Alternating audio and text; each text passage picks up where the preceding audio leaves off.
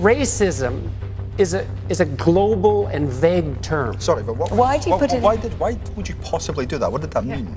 Because I said it was a global and vague term. The inverted commas is that it's not a real thing. No, that isn't what it meant. Well, what did it mean then? Explain. It meant that it's indicative of low resolution thinking. I know a lot of people who have staggeringly successful careers, and they're often loath to go into a political field despite the tremendous expertise they've developed, because they have to put everything that they've already accomplished on hold or in hawk, in a sense, to enter the public sphere. And I think one of the I understand the conflict of interest problem, but one of the problems with that is that the most highly competent people in many fields are dissuaded from a political career because it requires the unproductive sacrifice of everything they've built. And so what that does, in some sense, is deprive us of some of the best people who could be considering politics as a mode of public service. And so that's a complicated problem to try to solve.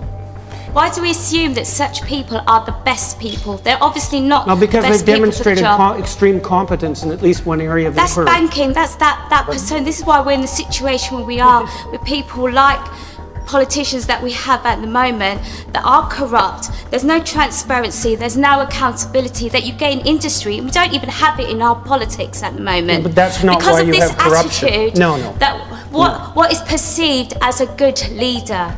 No, that's not why you have that problem. Is. Most people who are successful in their given field aren't corrupt. It's very difficult to become successful and be corrupt. So I know people like to think that, but it's just not true. Corruption is good, it's acceptable. Look, 3% of the population is psychopathic, and it never really goes above that. And the reason that it never goes above that is because being psychopathic is not a very good strategy. And so the idea that people in power are corrupt, by definition, especially if they've built up their stature and influence as a consequence of competence, is simply wrong. And so you do want people who've demonstrated high levels of competence in at least one other field to serve as potential political candidates. What else would you use as a criteria for their ability? So why is what that else do you have? 3% elevated as our leaders? Why is that 3% elevated as our leaders? They're not. They aren't. That's wrong. And to think that way is counterproductively cynical. It's absolutely the case that institutions have a proclivity towards corruption under some circumstances. That's true of all institutions.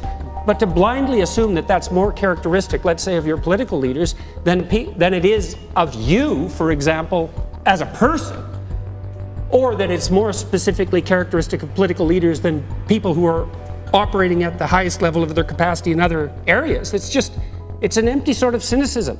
It doesn't serve people well, and it's not true of reasonable governments or countries. Well, it's simply not true. Just very... With the revelations from cricket's Azim Rafiq and footballers still taking the knee, what does this say about racism as a continuing undercurrent in present-day Britain? I think the same point I made earlier applies, is that things need to be particularized rather than generalized, as a general rule, let's say.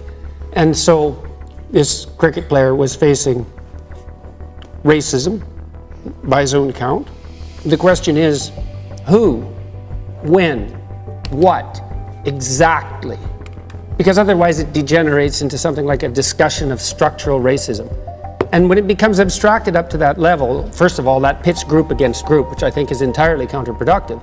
And it actually doesn't address the issue. You know, racism is a global and vague term. Sorry, but why would you possibly do that? What did that mean? Because I said it was a global and vague term. The inverted commas is that it's not a real thing. No, that isn't what it meant. Well, what did it mean then? Explain. It meant that it's indicative of low resolution thinking. And what I mean by that is, we use all these terms frequently in discussions like this that are containers of undifferentiated content. He was repeatedly called abusive terms directly linked to his ethnicity. By who? By not just one, but repeated members of the Yorkshire Cricket Club. He's had people contacted him. If it walks like a duck, Jordan, talks like a duck, it's a duck. It's racism. I'm not denying his experience. Right. What I asked was exactly who and when, and you just answered that question. So I would say those specific people should be held specifically to account for their actions. before any movement up the abstraction hierarchy to a discussion of something like structural racism, which I don't think is helpful. Well, he has talked about institutional racism in cricket. He says that's what he's experienced as a term, institutional racism. Right, I know. And like I said, I believe that abstracting up the problem to that level of analysis does no good, because it pits groups against groups. I think it exacerbates the problem, the concept of structural racism. It's too imprecise. It doesn't address the issue.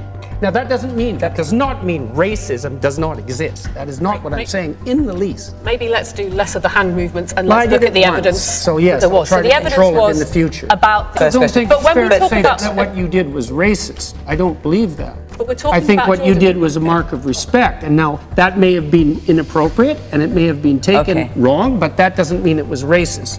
But Jordan, and so we are going to be precise about it. Why the concept of structural racism, and we have a problem in British society. We have a problem particularly in sport, and we also have a problem when it comes to our definitions of racism, because people tend to lump people of different minority community backgrounds together. You know, and how do you talk about structural racism? I'm going to need to bring other people in as well. But the thing for me that I think is so powerful is this concept of the bystander, is the idea of the person who may think of themselves not as a racist, who may not have joined in this poor young man being bullied in the way that he was. Yes, I need to mention Stella simply because he has talked about it himself today, Azim Rafiq, that he has apologised for anti-Semitic tweets that he put out several years ago. What I think is really powerful is how clear and compelling his apology is and how he's recognised it.